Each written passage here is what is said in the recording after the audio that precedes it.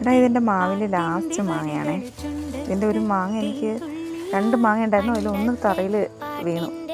അപ്പോൾ ഇത് വീഴണ്ടെന്ന് വിചാരിച്ചിട്ട് ഇതിൻ്റെ കവർ നോക്കി. അപ്പോൾ ഇത് നന്നായിട്ട് വിളഞ്ഞിട്ടുണ്ട്.